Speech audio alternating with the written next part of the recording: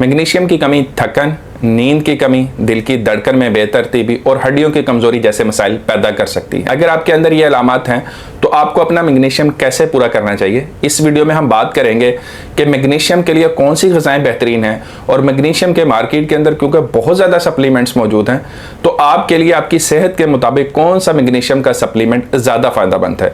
दो ऐसे मैग्नीशियम के सप्लीमेंट्स के बारे में भी बात करेंगे जिनका इस्तेमाल सिर्फ पैसों का ज़िया है। अस्सलाम वालेकुम, मेरा नाम डॉक्टर अतीक है और आज की इस वीडियो में हम मैग्नीशियम के कुदरती ज़राए और मैग्नीशियम के बेहतरीन सप्लीमेंट्स के बारे में बात करेंगे। मैग्नीशियम की डेली रिक्वायरमेंट की अगर बात करें तो मर्दों के अंदर 400 से लेकर 420 मिलीग्राम तक डेली रिक्वायरमेंट होती है। ख़वातीन के अंदर ये रिक्वायरमेंट थोड़ी कम होती है, 310 से लेकर 320 मिलीग्राम होती है। नेशनल इंस्टीट्यूट ऑफ हेल्थ के मुताबिक दुनिया की आबादी के तकरीबन 50% लोगों में मैग्नीशियम की कमी देखी गई। मैग्नीशियम के कुदरती ज़राए के बारे में बात करें तो कद्दू के बीज, जिनको पंपकिन सीड्स कहा जाता है, ये पहले नंबर पे है। 100 ग्राम पंपकिन सीड्स के अंदर तकरीबन 550 मिलीग्राम मैग्नीशियम पाया जाता है। तो सब्ज पत्तों वाली सब्जियां टॉप ऑफ द लिस्ट है, जैसे कि पालक है, इसके अंदर 100 मिलीग्राम के अंदर 157 मिलीग्राम मैग्नीशियम पाया जाता है। इसके बाद चिया सीड्स 100 ग्राम के अंदर 335 मिलीग्राम मैग्नीशियम पाया जाता है। लेकिन आप चिया सीड्स को एक दिन के अंदर 10 से 15 ग्राम तक ही इस्तेमाल करें। बादाम के 100 ग्राम के अंदर 268 मिलीग्राम मैग्नीशियम होता है और एक केले के अंदर तकरीबन 32 मिलीग्राम मैग्नीशियम होता है। इसके अलावा डार्क चॉकलेट,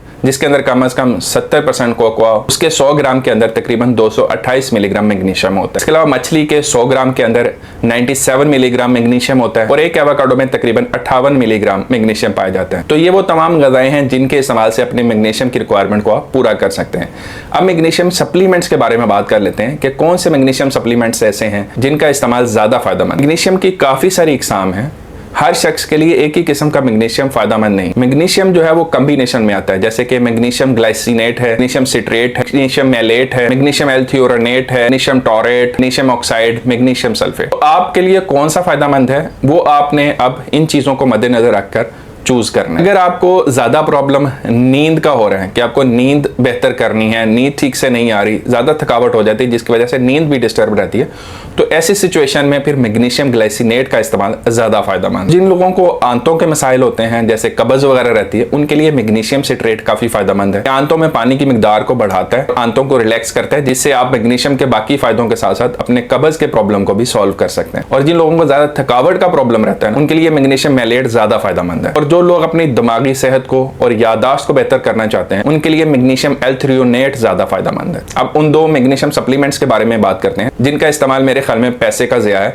और इनमें से एक तो मार्केट में बहुत ही ज़्यादा फरोख्त होता है क्योंकि ये सस्ता है, ज़्यादा लोग इसी को चूज़ करते हैं, लेकिन वो ये बात नहीं जानते कि इसके इस्तेमाल से उन्हें कोई खातर ख्वाह फ़ायदा नहीं हो रहा बल्कि उल्टा उनके पैसे ही ज़ाया हो रहे हैं। इसमें से जो सबसे कॉमनली मार्केट के अंदर अवेलेबल होता है वो मैग्नीशियम ऑक्साइड है। आपके मैदे के अंदर जाके तेजाबियत को तो कम करता है, लेकिन इसकी जो अब्जॉर्प्शन है बॉडी के अंदर वो सिर्फ 4% है। यानी अगर आप 100 मिलीग्राम मैग्नीशियम ऑक्साइड लेंगे तो सिर्फ 4 मिलीग्राम जो है वो बॉडी के अंदर जज़ब होगा, बाकी का 96% जो है वो ज़ाया हो जाएगा।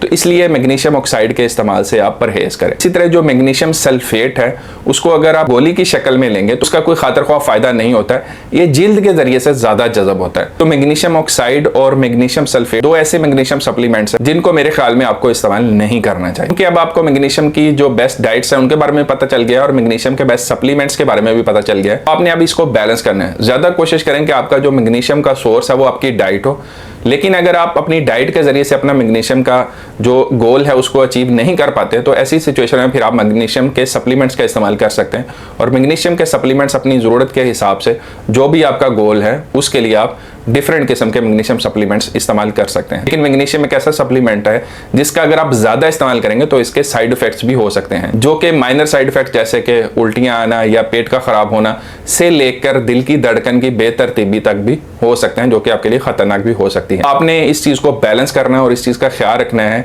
कि आप दिन के अंदर कितना मैग्नीशियम ले रहे हैं। अगर ये वीडियो आपको फ़ायदेमंद लगी है तो इसको दोस्तों के साथ शेयर करें। इसी तरह की ही मज़ीद वीडियोज़ देखने के लिए चैनल को सब्सक्राइब कर लें।